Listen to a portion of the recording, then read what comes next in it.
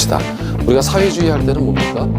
개인보다는 공동체를 우선하는 인간 생활의 개선을 목적으로 부동산 문제 등의 해결을 하기 위한 방법을 찾는 시장은 굉장히 효율적이거든요. 근데 그 시장이 고장났어. 자동차 고장난 거랑 고쳐야죠. 네, 시험과 관련된 부분을 지금부터 들어가 시작하겠습니다. 안녕하십니까. 자, 이번 시간은 29강이에요. 감정평가론으로 왔습니다. 그래서 8편 감정평가론 핵심 정리를 해보고 1장 문제를 몇 개 풀어보도록 하겠습니다. 감정평가는 3개의 장이죠. 그래서 감정평가의 기초에서 2문제, 여기서 3문제, 1문제 정도. 그래서 이 부분은 15%, 즉 6문제로 굳어져 있어요. 대충. 대략 거의 6문제가 나옵니다. 이렇게 정리를 하시면 되는데, 기초에서는 가격제 원칙이 최근에 가장 많이 나오지만 각각 골고루 이렇게 나올 수 있다 생각하시면 되겠고, 3방식에서는 원가, 비교, 수익 방식, 기타 방식 정리하시고, 공시제도는 이제 법 조문이니까 법 규정을 간략하게 정리해 두시면 되겠습니다. 자, 1장에서는 감정평가의 기초에서는 필요성, 평가의 분류, 평가의 절차 등을 보시는데, 감정평가는 왜 필요한가? 이거는 가격이 시장에서 결정되는데 왜 평가하냐 이거죠. 합리적 시장이 없기 때문에, 또 사회성 공공성 때문에 그렇다. 그래서 합리적 시장이 아닌데 가격을 평가해 주니까 자원이 효율적으로 배분되고 손실보상, 과세합리화도 기할 수 있다 이런 겁니다. 그럼 평가는 반드시 해야 되는 의무적 평가, 사유에 따라서 하는 임의적 평가, 그래서 필수 임의적 평가로 나눌 수가 있고, 법에서 정해놓은 규정이 있어요. 얘하고 헷갈리시면 안 되죠. 반드시 경매할 때 해라. 그러면 이제 필수평가지만 법 규정에 있냐 없냐에 따라서 법정평가, 비법정평가로 나누는 거예요. 현황대로 하는가, 어떤 조건을 두어서 평가하는가, 기준 시점이 미래의 시점인가, 과거의 시점인가에 따라서, 혹은 물건별로 개별 평가가 원칙이지만 일괄 부분 구분 평가할 수 있다라는 그런 규정이 있습니다. 그리고 평가의 절차가 간단하게 있고요.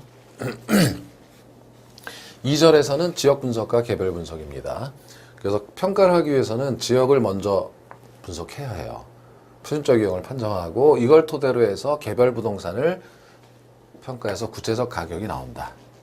그리고 지역에는 동일 수급권과 동일 수급권이 가장 넓은 범위인데 인근 지역과 이사 지역을 포함하는 개념이고, 이 동일 수급권의 범위는 주거지, 상업지, 공업지, 후보지에 따라 다를 수 있다 이렇게 하는 내용이에요. 3절에서는 부동산 가격의 원칙, 여러 원칙인데, 이것은 항상 기본이 최유효용을 판정하는 것이 개별 분석이고, 최유효용 여부를 판정해서 구체적 가격이 나온다 이렇게 되는 거였잖아요. 그러면 이 구체적 가격을 추정하기 위해서 어떤 기준이 있어야 될 거 아닙니까? 그것이 가격 원칙이에요. 그 기준이 되는 거. 자, 그 기준은 토대가 되는 원칙, 내부적, 외부적 구성 요소, 간접 관련 원칙으로 나눌 수가 있다 이렇게 되고요. 먼저 토대가 되는 원칙은 예측의 원칙, 즉 최유효 이용을 판정하는 기준은 현재가 아니라는 거죠. 장래 동향 분석, 미래까지 봐야 한다. 그리고 변동의 원칙, 늘 환경이 변하니까 그것도 감안해야 된다. 그래서 여기서는 기준 시점 확정이나 수정의 근거가 된다 이런 것이 중요합니다. 내부적 구성 요소로는, 자, 이것은 수익이 체증하다 체감하니까 가장 체감하기 직전까지 이용하는 것이 최용 상태다. 균형의 원칙은 건축 기술과 관련돼 있고 기능적 관가와 관련돼 있다. 밸런스, 그죠? 건축 건물과 부지의 조화라든지 이런 걸 보는 거고요. 수익 배분의 원칙은 역시 토지자녀법의 근거가 된다 이거죠. 토지만의 수익을 구할 수 있다. 전체 수익에서.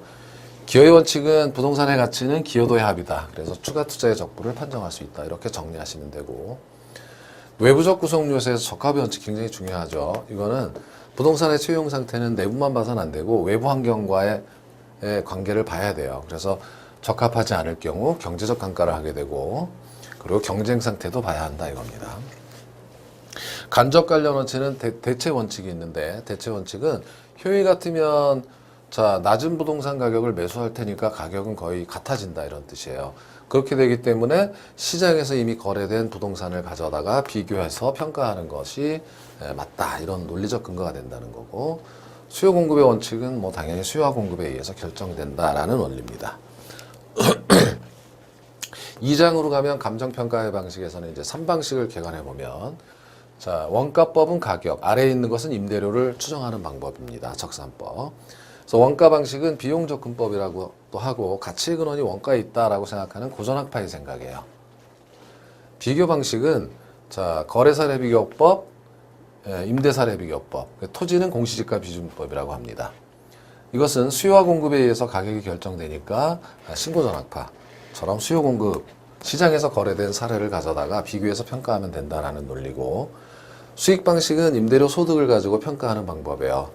가격은 수익 환원, 임대료는 수익 분석법. 그래서 수요 측면의 학파인 한계용 학파가 논리적 근거다.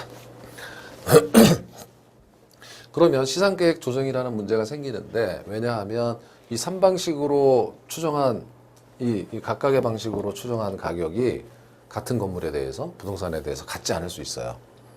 등가가 성립하지 않습니다. 그래서 세 방식을 병행해야 되고, 그래서 격차가 3방식 간의 격차가 크게 벌어진다면 시산가액 조정을 해야 된다. 하나의 가격으로 제시할 필요가 있다. 그때 산술평균은 옳지 않다. 뭐 이런 정도예요. 2절에서 이제 하나하나 평가 방법이 나오는 건데, 원가 방식입니다. 원가 방식에서 가격은 원가법.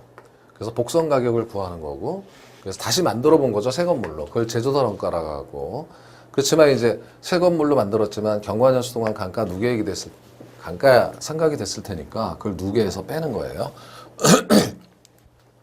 임대료를 추정하는 것은 적산법. 기초가액에다가 기대이율을 곱하고 필요제한비를 더해서 구한다. 그래서 제조설 원가는 복제 원가 혹은 효용이 같은 다른 부동산의 원가인 대치 원가가 있고, 감가 수정 방법에는 내용연수법, 관찰감각, 분해법, 시장추주법 등이 있다. 이런 것 등을 정리하시는 거예요. 자, 비교 방식은 시장접근법이라고 하는데 거래사례 비교법이에요. 그래서 이걸 비준가격이라고 합니다. 임대사례 비교법은 비준임료고, 토지는 공시지가 기준법에 의해서 표준지 공시지가를 기준으로 비교해서 평가하게 되어 있어요. 그래서 비교 방식에서는 사례를 비교해야 되니까 비교 사례를 어떻게, 거래 사례를 어떻게 채택해야 되는지가 중요한데, 그것이 위물시사, 위치, 물적, 시간적, 유사성, 사정 보정이 가능해야 한다. 비교 방법은 비율수정법이 이제 주로 사용되는 거고요. 몇 퍼센트 우세하다 이런 식으로 하겠다는 거예요.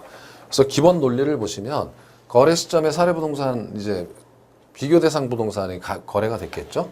과거의 거래 사례니까 현재 시점으로 기준점 현재로 바꿔주고, 잘못된 거래가 있으면 고쳐준 다음 이 사례 부동산의 지역 요인과 대상 부동산과의 비교를 해야 되겠죠. 개별 요인들 비교해서 대상 부동산의 가격을 추계하는 방법입니다.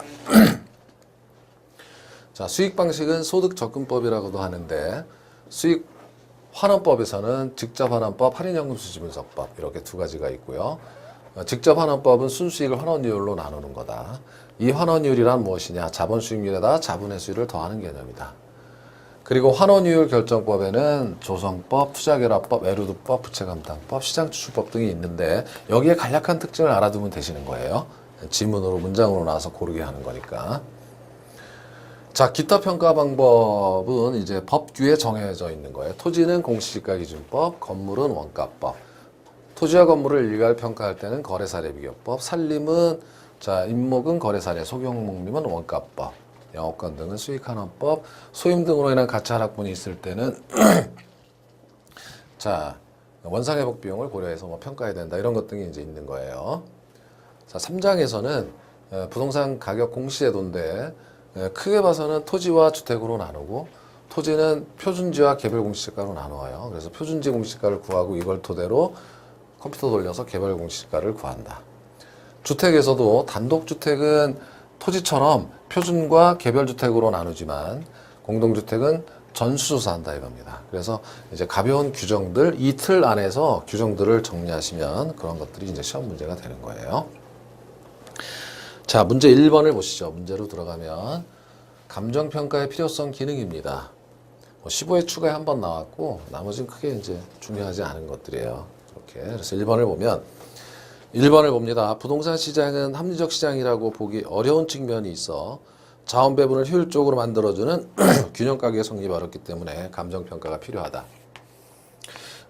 자, 수요 공급 이론을 보면 이 수요와 공급에 의해서 균형 가격이 결정되고 이 균형 가격에 의한 거래량, 자원 배분량은 가장 효율적이다. 시장이 완벽하다면. 그런데 부동산 시장이 이렇지 않다는 거죠. 이 가격 역할을 해줄 필요가 있는 거예요. 가격을 평가해서. 그래서 이렇게 자원 배분을 효율적으로 만들어주는 기능이 필요하다. 두 번째, 부동산은 산업용, 주거용, 공업용지로 사용된다. 그 자체가 사회성, 공공성을 가지고 있어서 이걸 강제 수용한다든지 뭐 이렇게 해야 될 필요도 있거든요. 그러면 가격 평가가 필요하겠죠. 적정한 가치 평가가. 3번, 감정평가를 통해서 부동산 효율적 이용, 적정한 부동산 가격 유도, 합리적 손실보상, 과세 합리화. 자, 4번, 공정한 거래 질서 확립에 도움을 주고 의사결정 판단에 도움을 줄 수 있겠죠. 근데 5번은 틀렸어요. 부동산 경기의 호황을 유도하는 말도 안 돼요. 그러면 부동산 경기 안 좋으면 감정평가 열심히 하면 되는 건가? 그런 건 아니죠. 호황하고 상관이 없습니다. 그래서 5번이 틀렸고요. 그래서 보면은 필요성은 두 가지죠. 합리적 시장이 존재하지 않고 사회성 공공성 때문에 필요하다. 그래서 이거 구분해서 외울 필요는 없고 이렇게 아까 보신 문장 기준이에요. 정책적 기능도 한다 뭐 이런 정도를 가볍게 보고 넘어가시면 됩니다. 자, 문제 2번부터 9번까지는 감정평가의 분류인데 보시면 자주 나오는 편이죠. 예. 자, 2번을 봅니다. 복합부동산의 경우 나지상정 후 토지가치만을 구하는 감정평가로 옳게 묶인 거. 복합부동산은 토지와 건물이 일체로 이용돼서 원래는 이것이 일괄평가하는 것이 합리적이겠죠. 그런데 여기서 토지만의 가치를 구해라. 그럼 건물이 없다고 가정하고 건물이 없다고 가정하는 조건을 두어야 되겠죠. 조건부 평가라고도 하고 그리고 이것이 토지가 건물로부터 독립된 상태잖아. 없다고 가정하니까. 그래서 독립평가라고도 합니다. 그러니까 표준지 공시지가, 표준지를 평가할 땐 이렇게 평가하는 거예요. 왜냐하면 표준지로 선정될 토지에 만약에 건물이 있다면 이거 건물지 상태로 평가하면 비교가 안 되는 거죠. 건물이 없다고 가정하고 이렇게 평가하는 그런 내용이에요. 그래서 독립평가이자 조건평가이자 독립평가가 되겠다라는 겁니다. 자, 평가의 분류를 다시 보면 공인평가는 국가가 인정하는 공인중개사도 국가가 인정하는 중개사잖아요. 평가사가 감정평가사가 하는 공적평가는 공공기관이 하는 평가. 자, 필수적 평가는 의무인 거고 임의적 평가는 그렇지 않은 거고요. 평가 목적에 따라서 공익 목적이냐 사익 목적이냐 나눌 수가 있고 법에서 정해놨느냐 그렇지 않느냐 구분할 수가 있습니다. 단독 평가와 합의제 평가가 있는데 이제 큰 규모의 부동산 같은 경우에는 합의제 평가를 하겠죠. 현황 평가는 건물 있는 그대로 평가하는 거예요. 예를 들어서 건물이 있는 상태대로 평가하는 건부지 평가. 그러니까 현황 평가란 자 토지의 건물이나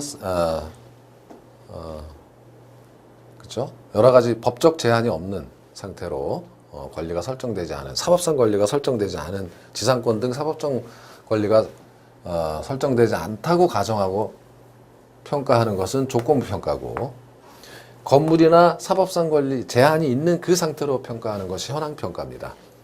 그래서 잠시 후 보시겠지만 현황 평가 원칙이에요. 기본은 현황 평가를 할 수 있고 예외적인 경우만 조건부 평가해라 이렇게 되어 있는 겁니다.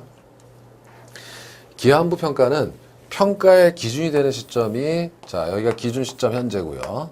기준 시점 현재로부터 과거이면 소급 평가가 되는 거고 미래이면 기한부 평가가 되는 겁니다. 그렇죠? 네. 이렇게 나누는 것은 과거에 뭐 소송이 벌어졌던 장 이때 가격을 알아야 될 필요도 있을 거고 이런 경우는 철거 조건부 나지상정 평가가 대표적이에요. 6개월 후에 철거할 건데 그죠? 그럼 철거한다는 가정을 하고 평가를 하는 거겠죠? 예, 소급평가입니다. 자, 물건에 의한 평가의 분류는 이제 다음 표와 같은데 원칙은 개별평가예요. 이 말은 어떤 뜻이냐면 우리가 1편에서 부동산이란 토지와 정착물을 의미한다 이렇게 배우셨고 정착물은 토지의 일부인 정착물과 토지와는 독립된 것으로 간주되는 정착물이 있다. 이렇게 되어 있어요. 네, 토지의 일부인 것은 저절로 자라나고 있는 뭐 수목, 다년생 식물 이런 것 등이 있었고, 독립된 것의 대표적인 것은 건물 뭐 이런 게 있었다 이거죠. 건물. 근데 개별평가 원칙에서 이걸 가만히 보면 대상 물건마다 개별로 평가해야 된다 이겁니다. 예를 들어서 토지에 이렇게 토지하고 건물이 있다 그러면 이 토지하고 건물은 별개의 물건입니다. 우리나라 법상 독립된 거기 때문에. 그러면 토지 따로 건물 따로 평가해야 된다가 원칙이라는 거예요. 그리고 토지의 일부이니까 임야에 산에 다년생 식물이 있다. 이건 물건이 하나이기 때문에 이걸 하나예요, 얘는. 이 물건별로 평가하는 게 원칙이라는 거죠. 근데 좀 이상하죠. 예외 조항이 있을 수 있어요. 그런데 사람들이 매매를 할 때 보면 이게 토지와 건물을 따로 구분해서 평가하지 않는 경우가 흔해요. 다시 말하면 둘 이상의 대상 물건이 일체로 거래되거나 상호간 용도상의 이건 일체로 거래되는 경우고, 복합부동산. 상호간 용도상 불가분의 관계가 있는 것은 토지에 물건이 다니는 필지죠. 필지가 여러 개 있는데 이것이 용도상 불가분 한 획지로 이용되고 있다라고 하면 이걸 따로따로 나눠서 평가해서 더할 수가 없어요. 그래서 일괄평가할 수 있다라는 그런 규정입니다. 이것도 일괄평가고. 이런 게 원칙이긴 하지만, 그럼 구분평가는 어떤가라고 하면, 구분평가라고 하는 것은 지금 보세요. 여기 산에 나무가 있는데 다년생 식물 등이 있는데 이거 하나예요. 근데 분명히 이 나무와 임목과는 가치가 다르죠. 그러니까 산림은 구분평가가 원칙이에요. 임지와 임목이 가치가 다르잖아요. 그래서 하나의 대상 물건이라도 이렇게 가치를 달리하는 부분이 있다면 구분해서 평가할 수 있다라는 예외 규정이 되는 거고요. 자, 좀 어려운 것은 이제 부분평가인데, 부분평가라는 것은 얘하고 구별을 잘 하셔야 돼요. 지금 핵심 단어는 구분평가는 가치를 달리하는 부분이 있다면, 하나의 물건이라도 나누는 거라면, 부분평가는요, 가치를 달리하는 부분이 있어서가 아니라 특수한 목적이나 합리적 이유가 있는 경우에 일부분을 평가할 수 있다. 그 일부분을. 가령 한 필지의 토지가 있는데, 한 필지, 이게 1필지의 토지예요. 그럼 물건이 하나죠. 그런데 여기 도시계획선이 그려져 가지고 한쪽이 도로로 편입됐어요. 그러면은 어떻게 해야 되냐면, 보상을 할 때는 이 나머지 부분을 평가해야 되겠죠. 잔여지를. 그러니까 이 부분을 평가할 수밖에 없는 경우잖아요. 특수한 목적. 그래서 물건이 하나면 이 한 필지 전체를 평가해야지만 그 물건의 일부분을 평가해서 보상을 해줘야 되기 때문에 이걸 할 수밖에 없어요. 그래서 부분평가란 합리적인 이유가 있는 경우, 특수한 목적인 합리적인 이유가 있는 경우 한다. 그래서 구분은 가치를 달리하는, 이걸 구별하셔야 되는 거고, 그럼 이게 현황평가라고 한 것은 이건 어떻게 되는 거냐면 조건부 평가가 아니라는 거예요. 이게 없다는 가정에서 평가를 하게 되면 가치가 달라지겠죠. 그러니까 보상을 해줄 때는 있는 그대로 전체를 평가하고, 이게 100억이다. 그런데 네가 70% 면적이네. 그럼 70억으로 이렇게 한다는 거예요. 있는 그대로 평가하고 이 부분만 보상해주는 현황평가를 하게 돼 있다 이겁니다. 독립평가는 2번 문제에서 봤던 경우인데, 이 법규에는 없는 거지만 이게 실상에서는 이렇게 한다는 거죠. 조건평가, 토지만을 독립한 부동산으로 가정하고 평가하는 거예요. 가령 철거 조건부로 이렇게 건물이 없다고 가정해서 평가한다든지 하는 경우를 의미합니다. 자, 3번 문제를 보시죠. 감정평가의 분류에 관한 설명 중 틀린 것은? 1번 현황평가는 기준 시점에서 대상 물건의 이용 상황 및 공법상 제한을 받는 상태를 기준으로 평가하는 겁니다. 현황평가. 공법상 제한을 받는 그 상태로. 2번 조건부 평가는 기준 시점의 가치 형성 요인 등을 실제와 다르게 가정하거나 특수한 경우로 한정하는 조건을 붙여 감정평가하는 것으로 정의할 수 있고, 3번 금융기관의 부동산 업무 종사자나 세무 공무원 등은 2차 수준의 평가다. 1차 수준은 비전문가가 하는 평가고요. 3차 수준은 전문가가 하는 평가예요. 전업으로. 그러니까 평가만 전담으로 하는 감정평가사가 하는 평가입니다. 2차 수준은 중간에 끼어있는 3번 지문과 같은 사람들이 하는 평가를 2차 수준이다. 4번 필수적 평가란 공공용지 수용시 평가, 과세평가 등 법규에서 정한 대로 하는 평가. 이거는 필수적 평가가 아니라 법정 평가입니다. 법에서 정해놓은 규정에 따라서 평가하게 되어 있는 평가를 법정 평가라고 하는 거예요. 그래서 4번이 틀렸습니다. 5번 기한부 평가란 예측 가능한 미래 어느 시점을 기준으로, 미래죠. 기준 시점이. 소급 평가는 과거죠. 그래서 5번도 맞는 거고요. 자, 4번 문제로 가시죠. 감정평가에 관한 규칙에서 정한 대상 물건의 평가 방법에 관한 설명 중 틀린 것은, 자, 1번 감정평가는 대상 물건마다 개별로 해야 한다. 개별평가 원칙이었죠. 2번은 둘 이상의 대상 물건이 일체로 거래되거나 상호 용도상 불가분의 관계가 있다. 이것은 일괄평가에 한다 그랬죠. 3번 하나의 대상 물건이라도 가치를 달리한다 그러면 구분평가. 4번 일체로 이용되고 있는 대상 물건의 일부분에 대해서 감정평가를 특수한 목적이나 함정 이유가 있는 경우, 자, 이건 부분평가에 관한 내용이고, 5번 감정평가업자가 감정평가를 할 때에는 어떠한 경우에도 실지조사를 하여 대상 물건을 확인해야 한다 해서 5번이 틀렸어요. 어떠한 경우라도 이게 있어서. 여러분 보시면 대상 물건 확인 원칙이 있어요. 대상 물건 확인한다는 것이 실지조사해야 된다는 거거든요. 실지조사를 하여 대상 물건 확인해야. 근데 어떠한 경우라도가 아니라 예외 조항이 있다는 거죠. 실지조사를 하지 아니하고도 객관적으로 신뢰할 수 있는 자료를 충분히 확보할 수 있는 경우는 실지조사를 생략할 수 있다. 아래의 경우에 한해서. 그죠? 뭐 천재지변이나 유가증권은 뭐 실지조사할 필요 없잖아요. 증권 같은 경우는. 그래서 이렇게 5번이 틀린 것으로 처리되는 겁니다. 자, 5번 문제를 보시죠. 다음 중 구분평가에 해당하는 것은, 기억을 보면 복합부동산은 어떻습니까? 토지와 건물이 일체로 거래되죠. 그러면 이것은 일괄평가하는 겁니다. 일체로 거래되는 거기 때문에. 일필가 여러 획지로 이용된다.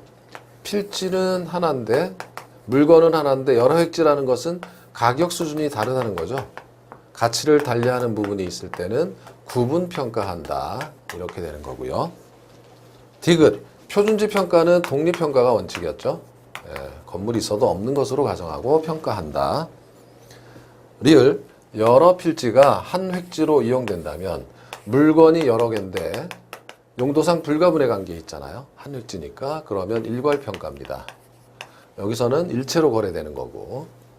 미음, 공장재단은, 자, 공장재단은 기계도 있고 건물도 있고 토지도 있고 뭐 등등이 있어요. 이거를 하나의 물건으로 보고 소유권 보존 등기하는 거 아닙니까?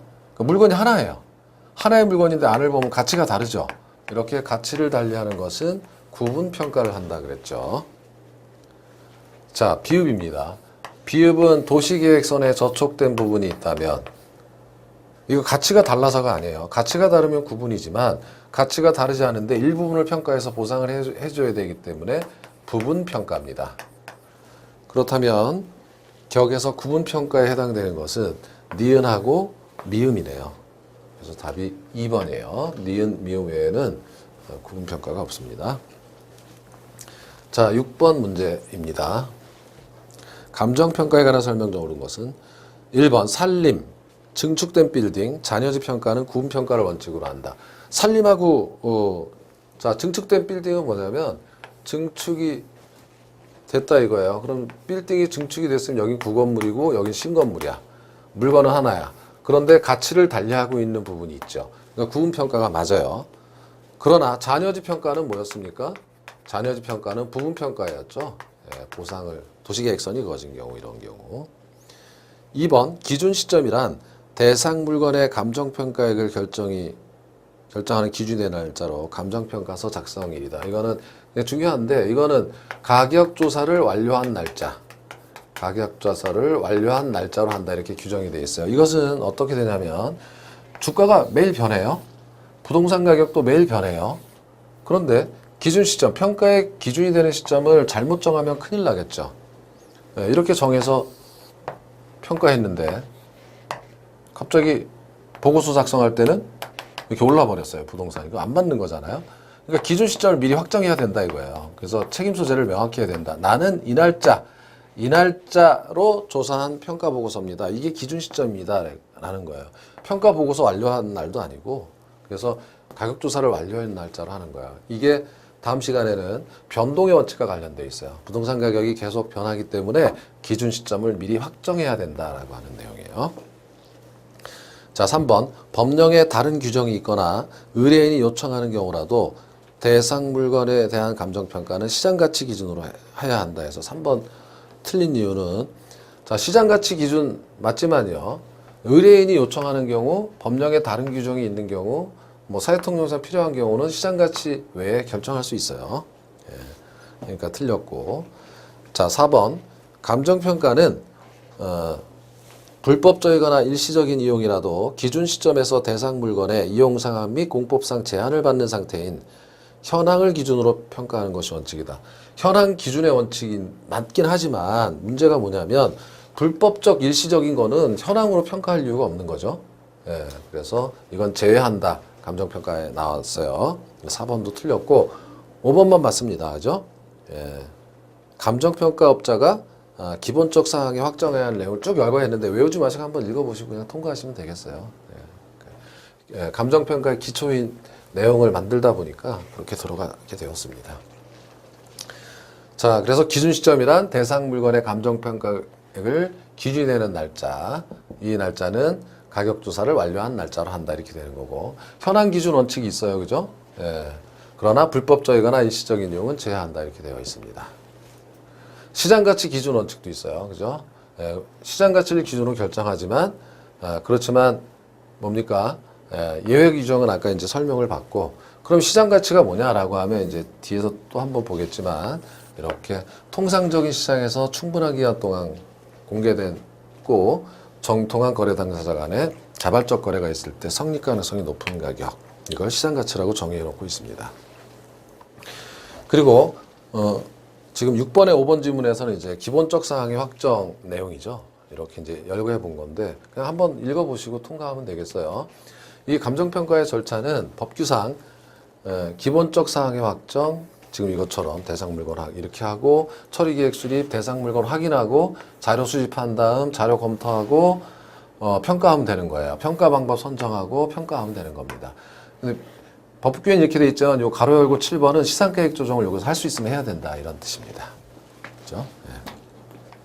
기초대 자자평평 이렇게 기억하시면 되겠고요. 자, 8번 문제를 보기로 하죠. 감정평가에 관한 설명 중 옳은 것으로 묶인 것. 기억, 대상 물건에 대한 감정평가액은 투자가치를 기준으로, 이게 틀렸죠. 시장가치라고 했어요. 문제 7번은 9번 다음에 지역 분석이 미리 나와가지고 이게 편집상 이렇게 됐어요. 그래서 9번 먼저 8번 먼저 푸는 겁니다. 기억 틀렸죠. 니은 기준 시점이란 감정평가액을 결정하는 기준이 된 날짜로 감정평가액을 결정하고 표시한 날짜, 이게 아니라 가격조사를 완료한 날짜 이렇게 바꿔주셔야 되죠. 그래서 니은 틀렸습니다. 디귿 개별 물건 기준의 원칙 맞고요. 리을은 가치 형성 요인이라는 정의 맞고요. 미음 감정평가 절차 이것도 맞습니다. 그래서 경 니은이 틀렸고 디귿 리을 미음이 맞다 이런 내용이죠. 자, 9번입니다. 감정평가에 관한 규칙에 따른 감정평가 절차의 순서. 그래서 기초대 자자평평 해가지고 답이 1번이 되는 거죠. 예. 자, 그 다음 문제 7번과 그 다음에 10번에서 14번 사이는 지역 분석, 개별 분석입니다. 그래서 이제 시험 최근에는 잘 안 나오는데 그래도 이 바탕이 되어서 가격 원칙으로 넘어가야 하기 때문에 중요한 부분이에요. 그래서 별표가 4개입니다. 자, 7번 문제를 풀어보시죠. 7번 지역 분석과 개별 분석에 관한 설명 좀 틀린 것은 1번 지역 분석에서는 인근 지역의 표준적 이용을 판정한다. 자, 이게 지역이 있죠? 인근 지역이 있습니다. 인근 지역의 정의는 대상 부동산이 속한 지역이에요.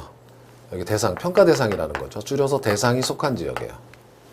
유사 지역은 대상이 속하지 않은 지역이지만 여기 유사한 대체 가능성 부동산들이 존재하고 가격도 유사하고 서로 상호 대체가 가능한 그런 지역이에요.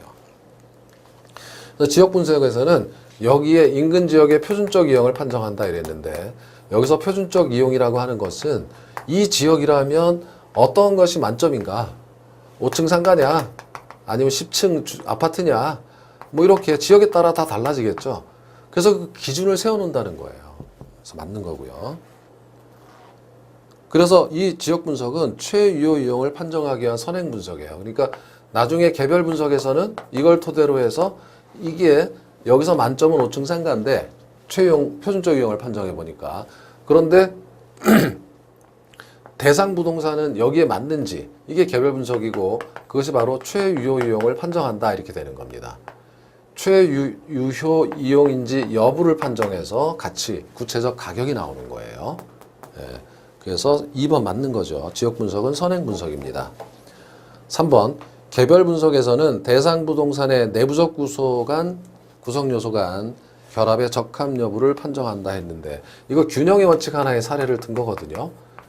그러니까 개별 분석은 건물 내부를 보는 거니까 균형의 원칙과 관련이 되어 있는 거 맞는 거고요. 지역 분석에서는 지역 범위로 축소된 일반적 가치 형성 요인에 관한 분석을 한다라는 거는 이제 일반적 요인은 우리 2편에서 보셨던 가격 형성에 전철역이 뚫렸다. 그러면 가격 올라가죠. 근데 이 지역에는 전철역이 있냐 없냐 라는 그런 거예요. 그래서 지역 범위로 축소된 뭐 전철의 개통 이걸 분석한다 이거예요. 자, 5번 대상 부동산이 환경에 적합한 이용인지를 판단하는 데는 균형의 원칙이 아니라 적합의 원칙입니다.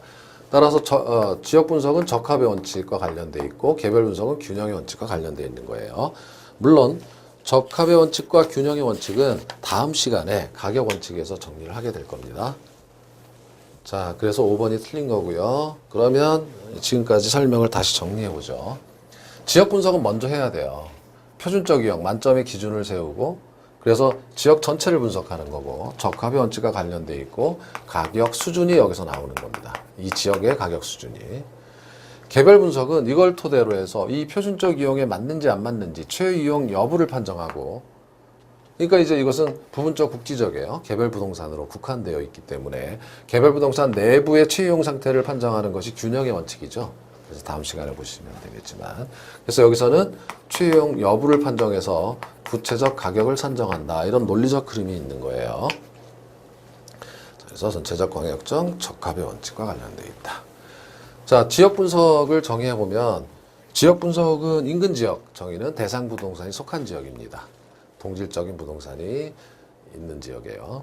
유사 지역은 아까 설명드렸죠. 대상 부동산에 속하지 않지만 인근 지역과 유사한 특성을 갖고 있다. 동일수급권은 인근 지역과 유사 지역을 포함해요. 예, 그러니까 동일수급권은 인근 지역은 대상 부동산이 있고 유사 지역이 뭐 한둘이 수도 있고 여러 개 있을 수도 있겠죠. 이렇게 포함하고 그래서 동일수급권은 이걸 포함하는 그런 개념입니다. 다른 부동산이 존재하는 권역이고 유사 지역 외에 주변 용도 지역도 있다. 주변 용도 지역이라고 하는 것은 가령 여기가 농지인데 농지에서 택지로 전환되고 있다. 택지 될 거잖아요. 대상 부동산이 택지라면 그럼 너도 대체 가능성 있네. 포함시켜 줄게. 뭐 이렇다는 얘기입니다. 그래서 자, 다시 한번 읽어보면 대상 부동산과 대체 경쟁 관계가 성립하고 가치 형성에 서로 영향을 미치는 관계에 있는 다른 부동산이 존재하는 이 가장 넓은 권역을 말하는 거고 그래서 비교 방식에서는 자료 수집의 최원방권이다 이렇게 얘기합니다. 최원방권이다.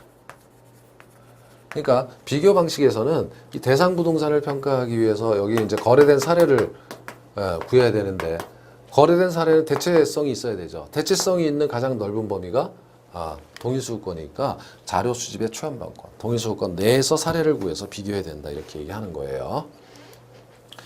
자, 동일수급권은 도심으로 주거지, 그러니까 동일수급권의 범위, 이 범위는 다를 수가 있다.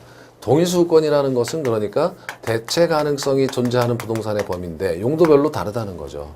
주거지는 대체 가능성의 기준이 통근 가능성이에요. 그래서 전철이 멀리 뚫림 쪽으로 이사 갈 수 있으니까 동일수급권의 범위가 확장되거나 줄어들 수도 있는 거예요. 그죠?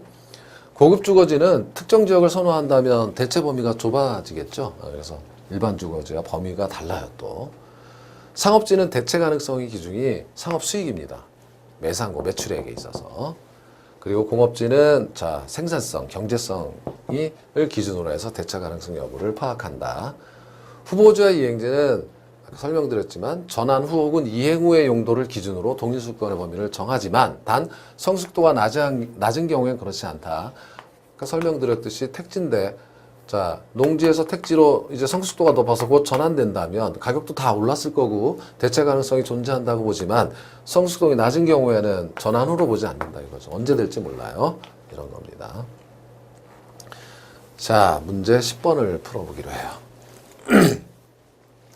지역 분석을 할 때 필요한 지역에 관한 설명 중 틀린 거. 1번은 인근 지역의 정의고요. 2번은 유사 지역의 정의.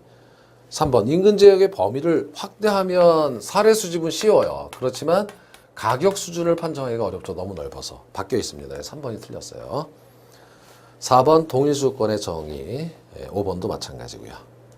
자, 11번입니다. 인근 지역에 관한 설명 중 잘못된 거. 자, 1번입니다. 인근 지역은 대상 부동산이 속하는 용도적 지역. 2번 인근 지역은 대상 부동산의 가격 형성에 직접적으로 영향을 미치죠. 대상 부동산이 속했으니까. 자, 3번 인근 지역은 유사 지역과 인접한 지역으로. 이게 틀렸어요. 기출인데 과거에 인접할 필요가 없어요. 다만 그 속성이 유사하면 되는 거지 인접해 있을 필요는 전혀 없다. 예. 콤마 D는 맞고요. 대체성이 있는 거. 3번이 틀렸습니다. 4번 인근 지역은 그 지역의 특성을 형성하는 지역 요인의 동향에 따라 당연히 변하죠. 교통이 발달하면 주거지의 인근 지역은 넓어지겠죠. 대체성 있는 부동산의 범위가 넓어진다는 거예요. 통근 가능 범위를 기준으로 동일주권의 범위를 판정하니까 인근 지역도 마찬가지고. 자, 5번 인근 지역은 자연적 경계 혹은 행정적 규제 등에 의해서 범위가 획정될 수도 있겠죠. 12번입니다. 동일수권에 관한 설명 중 틀린 거 1번 고급 주택지의 동일수요권은 이거는 대체 가능성이 별로 없으니까 동일수요권이 좁겠죠. 일반 주택지보다 틀렸습니다. 예.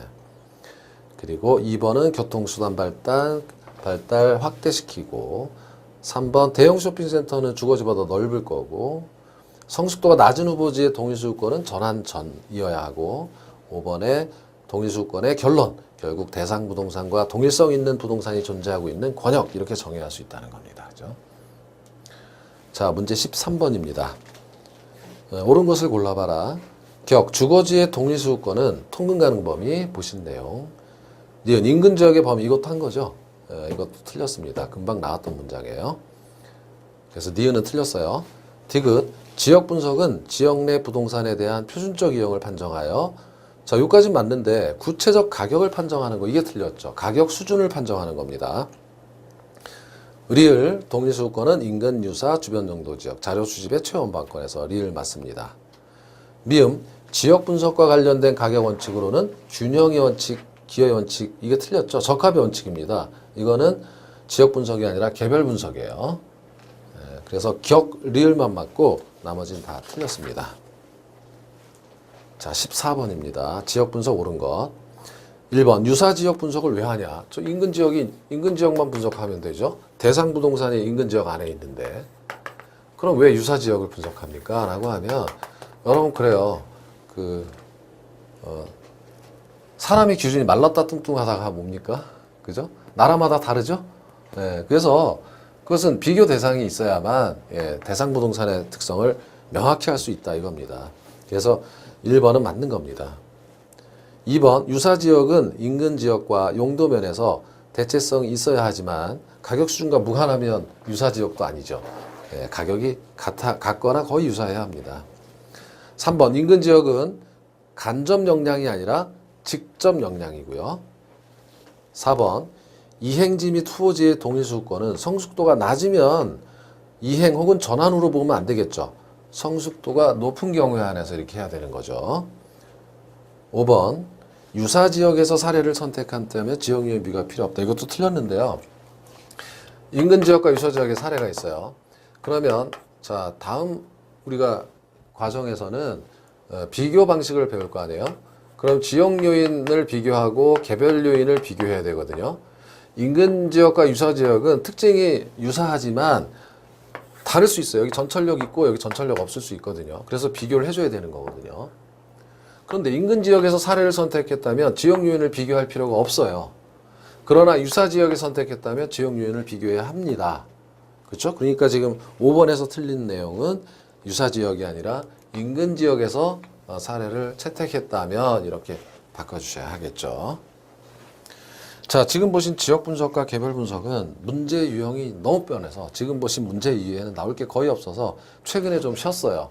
그러나 늘 나올 수 있다라고 생각하고 지금 나왔던 기출 문제만 잘 정리하셔도 지역 분석, 개별 분석은 충분하다 이렇게 보시면 됩니다. 자, 그래서 이번 시간에는 지금 여기까지 한 겁니다. 여기까지 했고 다음 시간에는 1장 나머지를 가격 지원책 하나 남았으니까 이걸 다 보고 그 다음에 3방식으로 넘어가서 정리를 하도록 하겠습니다. 고생 많으셨습니다. 고맙습니다.